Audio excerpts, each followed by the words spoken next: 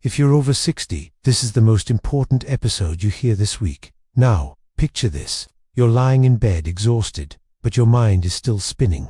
You shift your legs, your back aches, and you stare at the ceiling, wide awake at 2 o'clock a.m. What do you do now? Here's what almost nobody tells you about sleep after 60. A groundbreaking 2022 study from the Journal of Sleep Health found that over 70% of adults past retirement age do suffer from insomnia because of age. They struggle because of tension buildup in the nervous system that goes unrest by most sleep advice. And this is what shocked researchers. The older adults who reported the most restful sleep all had one thing in common. They practiced a few specific movements before bed that most doctors never mention. And Japan's oldest doctor put those exact movements to the test in a clinical program with over 1,000 seniors. After just 2 weeks, over 80% were falling asleep faster and waking up with less stiffness. And in today's conversation, he'll walk you through exactly how to restore your body's natural sleep rhythm. Completely natural. Welcome back to the Senior Health Podcast. Doctor, I've been looking forward to this episode all week. Me too, John. Everyone will love this episode because of how simple it is. No equipment, no complicated poses, just slow movements that anyone can do at home. And these stretches aren't just about flexibility. This is about whether you drift off peacefully at 9 o'clock p.m. or lie awake at 2 o'clock a.m., tense and restless. Amazing, because for so many of my patients, it's not just about sleep. It's about what sleep represents. Peace, healing, the ability to feel safe in your own body again. So, if you are still listening, please watch till the end. Exactly. I've worked with thousands of seniors over the decades, and the truth is that most aren't suffering from true insomnia. They're just holding tension. They never release. Their bodies aren't worn out. They're wound up. And everyone will already feel a difference tonight, following the steps of today. So, what will it look like? I will go through the exact stretch sequence I give my patients, including the breathing method NavSeals use to switch off stress fast. We'll start seated, then move to a few in-bed movements that reset your nervous system naturally. And at the end, I'll show you a position that reduces cortisol and signals the brain it's time to sleep. That reminds me of a patient I saw not long ago, Mrs. Kuzmi, 82. She hadn't slept through the night in over a decade, told me her sleep switch was broken. But after just 10 nights of a simple pre-bed routine, she was sleeping 6, sometimes 7 hours uninterrupted. No pills, no gadgets, just calm. That's the power of resetting the nervous system. So we will dive into the first step very soon. Just one question. Why does sleep become so elusive after 60? Doctor, what's really happening in the brain and body when that cycle begins to fall apart? It begins with something even quieter than insomnia. After 60, your nervous system, especially the part responsible for calming you down at night, stops responding like it used to. Not because you're broken, but because your brain assumes you don't need that deep recovery anymore. It's the price of chronic stimulation. The body adapts to tension just as easily as it adapts to relaxation. That's exactly what I hear. But I take a walk every evening and I tell them, yes, but that doesn't reset your stress circuits. It doesn't signal safety. Right. True rest isn't just about sleep. It's about the ability to enter calm, and that's a skill. It depends on breath, posture, and gentle motion. Most people don't realize that the body can be taught how to fall asleep again, if we give it the right cues, and for that we have to retrain both the muscles and the mind. So it's not just psychological, it's physical, too. Yes, the breath and body are the remote controls of the brain. That's why I don't just give people advice on sleep. I guide their nervous system. That's a beautiful reframe. We say wind down, but no one ever teaches us how to actually do it. So, how do we start? Before we stretch a single muscle, we begin with breath. Because sleep doesn't begin in the body. It begins in the nervous system. And one of the fastest ways to calm that system is a simple breathing technique known as box breathing. Box breathing. I have heard of that before. Yes, John, it's very known. It's used by clinicians, therapists, and even military groups, not to prepare for battle, but to quiet the brain's threat response.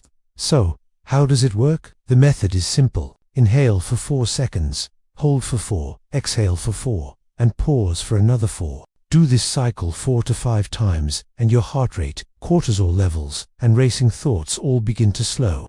I've recommended this exact rhythm to patients who struggle with falling asleep, and many are surprised by how quickly it helps. It's like flipping the switch from on to off without medication. Exactly. And the key isn't to force the breath, but to guide it. The slower and quieter, the better. You can sit on the edge of your bed, place your hands on your lap, and simply close your eyes.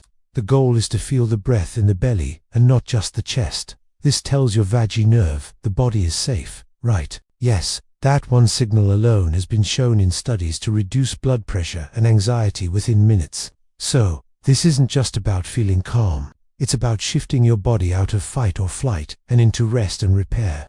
And we can show you exactly how it looks with today's visual guide. Right, you'll see the breathing rhythm demonstrated clearly in the clip we've included. But even if you're just listening, try it now. Just for cycles. Inhale, hold, exhale, pause. No rush, no strain. Let the rhythm do the work.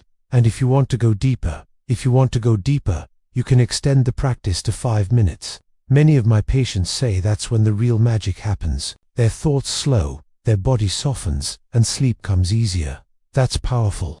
And now that we've calmed the system, where do we go next? What's the first physical step toward preparing the body for sleep? Now we introduce gentle motion, and we begin at the top with the shoulders. Why? Because when people carry stress, the shoulders are one of the first places it hides. Tension collects there quietly, tightening posture and interfering with relaxation. So we roll them backward, forward, slowly, without force. It sounds simple, but there's a whole chain reaction happening underneath, isn't there?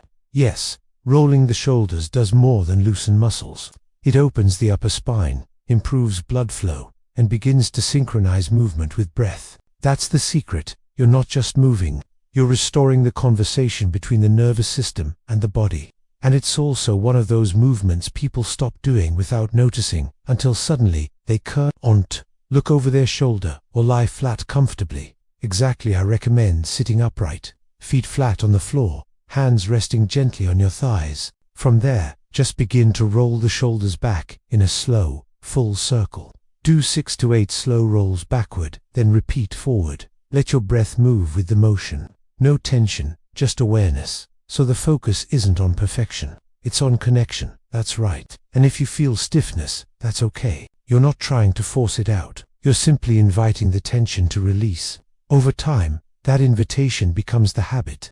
What I like is that this can be done in bed or even from a chair, and it signals to the body, we're winding down now. Exactly, we're training the body to shift gears. And the more often you pair this movement with your bedtime routine, the faster that signal gets. Think of it like setting a dimmer switch each night, just a little more softness. So, shoulders rolled, breath calm. Where does the stretch journey go next? Now, we move inward. It's called the bear hug, and it does more than you'd expect. It opens the upper back, relaxes the chest, and gently activates muscles around the spine. But it also has a surprising emotional effect. Hugging yourself helps lower cortisol, the stress hormone, and signals safety to the nervous system. That makes so much sense. It's like giving the body permission to settle. Exactly. Sit upright or lie back slightly. Then gently cross your arms across your chest, left over right, or right over left, whichever feels natural. From here, just hold, breathe in, then exhale slowly, letting your elbows gently draw in closer. Repeat the breathing and holding for about 20 seconds. So this is really about anchoring calm, not forcing a stretch. Correct. It's not about range. It's about reconnection. You're telling your nervous system we're safe. We can let go now. Would you suggest alternating sides? Yes. After 1 or 2 slow breaths, switch the arm on top. Then repeat the same motion. Hold, breathe in, exhale, release. You may even feel your upper back or shoulder blades open, just slightly. That's a good sign. It means the fascia is releasing.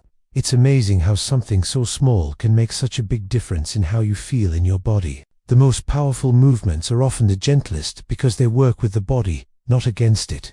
This one helps improve posture, eases that tight forward curve many people develop, and helps quiet the chest where anxiety often lives.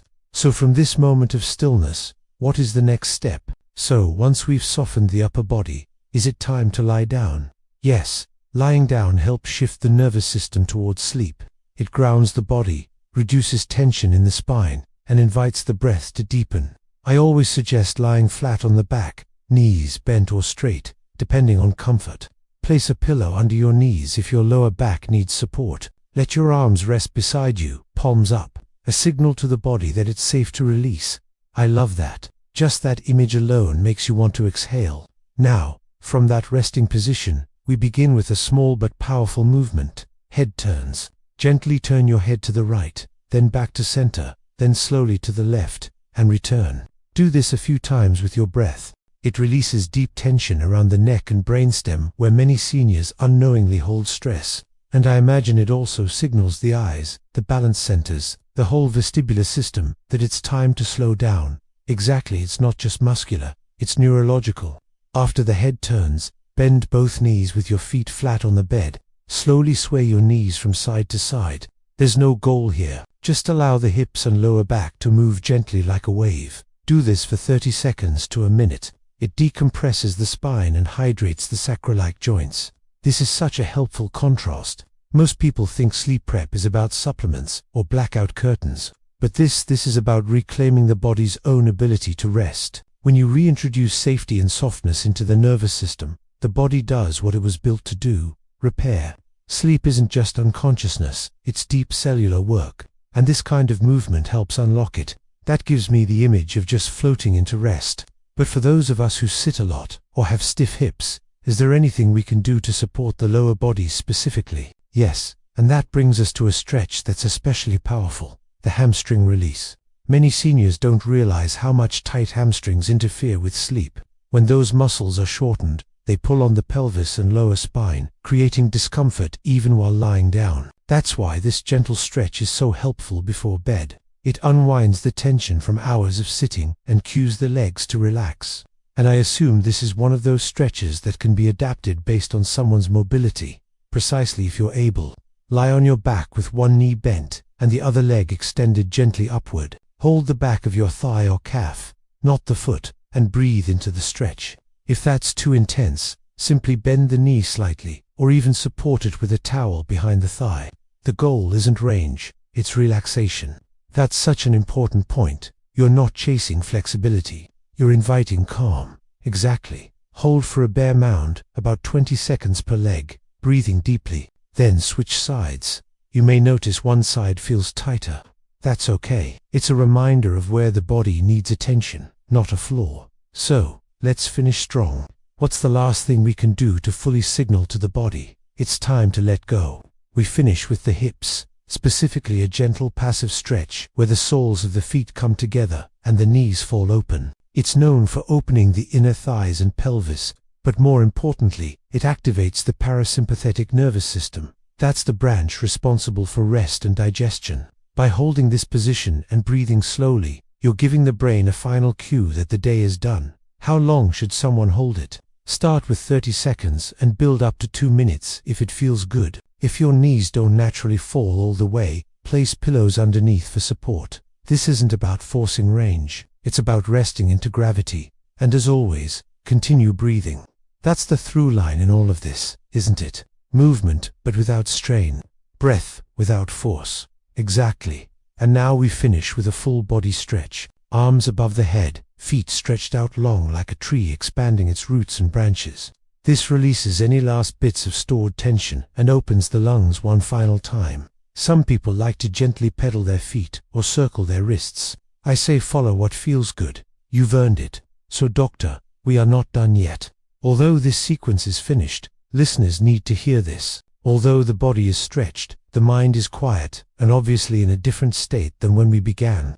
What would you say to the listener who still feels restless, who's worried that even with these movements, they won't fall asleep? I would say you are not broken. You're just carrying too much energy from the day and it needs a gentle way out. These movements aren't magic tricks. They're invitations to reconnect, to feel your body again, and allow rest to return naturally. That's really comforting because for so many people, the problem isn't falling asleep. It's trusting that sleep will come. Exactly. Sleep doesn't respond to force, it responds to permission. And these stretches, they're one of the kindest ways to give that permission. You've said before that sleep is like a garden. It grows best in a quiet, tended space. Yes, and even if tonight isn't perfect, The message you're sending your body matters. You're saying, I'm safe, I'm home, and I'm ready to rest. Amazing, Dr. Rent. And to everyone still listening, we love to see you comment that you finished the episode, and please give the video a thumbs up. It sets you apart from the rest. We appreciate all of you and hope to see you in the next